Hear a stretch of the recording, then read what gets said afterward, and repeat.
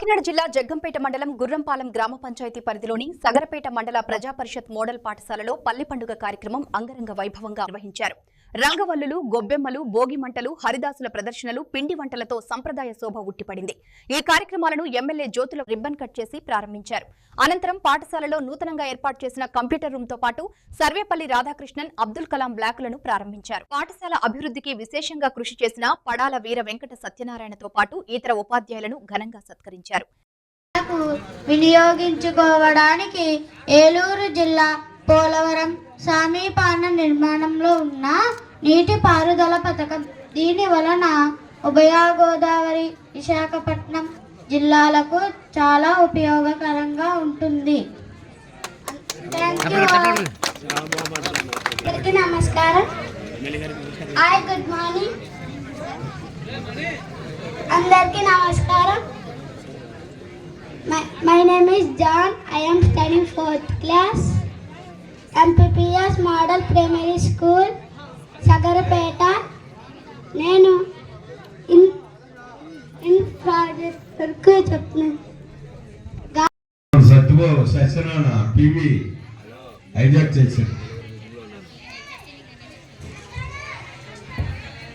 మరి ఈ వేదికను అలంకరించినటువంటి పెద్దలందరికీ, వేదిక ముందున్నటువంటి సోదరిములకి, సోదరులకి, పత్రికా సోదరులకి, మీడియా సోదరులకి, అందరికీ కూడా ఉపాధ్యాయులకి, ఉపాధ్యాయునికి,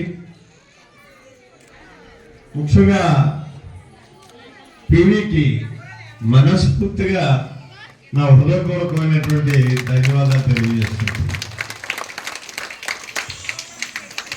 ఈరోజు మోడల్ స్కూల్ గతంలో మేము ఇక్కడికి వచ్చి ఈ స్కూల్ ప్రారంభం మొదలుపెట్టినప్పుడు మెగా పేరెంట్స్ డే, ఆ రోజు మెగా పేరెంట్స్ డేలో మాట చూసినప్పటికీ ఇవాటికి చాలా వ్యత్యాసం కనపడుతుంది. నిజంగా మా ఎంఈఓ గారు టీవీని మళ్ళీ మనం కొరికి తీసుకెళ్ళిపోదాం అన్నాడు. టీవీని తీసుకెళ్ళిపోవడం కాదు, ప్రతి టీచర్ని మోటివేట్ చేసి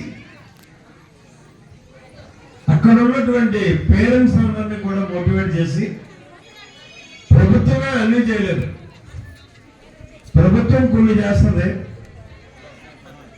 మనం కూడా కొన్ని చేసుకుని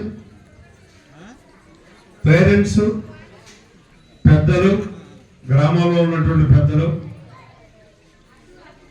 అలాగే టీచర్స్ అందరూ మోటివేట్ చేసుకుంటే ఈరోజు ఈ స్కూల్ వాతావరణమే అన్ని స్కూల్స్కి కూడా మనం చేసుకోవడానికి అవకాశం ఉంటుంది.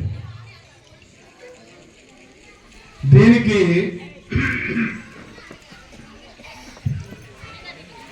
నేను ఇవాళ అనుకుంటున్నా, ఇది ఎక్కడితో రాకూడదు.